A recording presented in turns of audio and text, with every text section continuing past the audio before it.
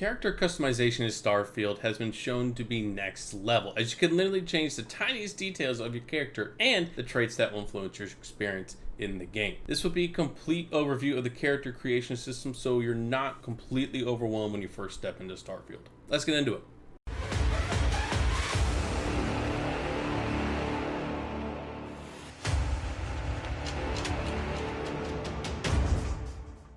The Character Creator is set to be one of the most in-depth systems we've ever seen for Character Creator. Developers use the same creator that I'm about to go through with you on the NPCs in the game, so you could actually walk into somebody on the streets of New Atlantis and be the exact same person as you. You'll have the option of 40 different bio IDs, which essentially is your base model for your character, and you can go from there. These range the whole spectrum from young to old, male to female, gray hair, dark hair, doesn't really matter. It's the basis of where you can start with your character and go from there. Then you can choose your character's stature: tall, thin, short, fat, doesn't matter. But the wide range of possibilities from the chart that you can see inside the corner here, it makes it a possibility to make your character quite literally look any way that you want them to.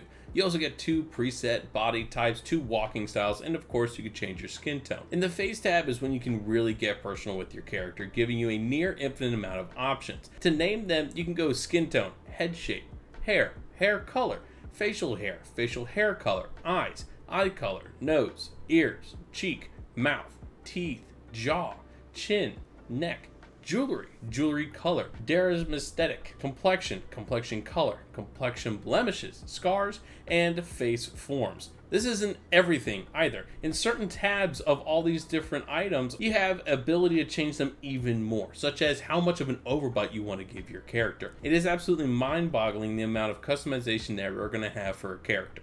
Once you finalize your character after hours of creation, prepare to spend the same amount of time in your character's background and traits, which is essentially how your character is going to be perceived inside of Starfield. Your background is essentially a little story of your character, giving you the ability to use unique dialogue options or be hunted by bounty hunters depending on what you pick. Several options are there, so make sure you read through them all. As far as we know, these choices are permanent, hence why you should take your time and consider all of these options. Thankfully, there have been a few backgrounds shown so far in the gameplay. I suggest that you guys pause this video when you come across these, or go to the direct link in the comments to make sure you see the full video yourself and pause it there. Chef has the starting skills of gastronomy, duelist, and scavenging. Combat medic has the starting skills of pistol certification, medicine, and wellness. Cyber runner has starting skills of stealth, security, and theft. Cybernetics has starting skills of medicine, security, and lasers. Diplomat has the starting skills of persuasion, commerce, and wellness. And finally, Explorer has the starting skills of lasers,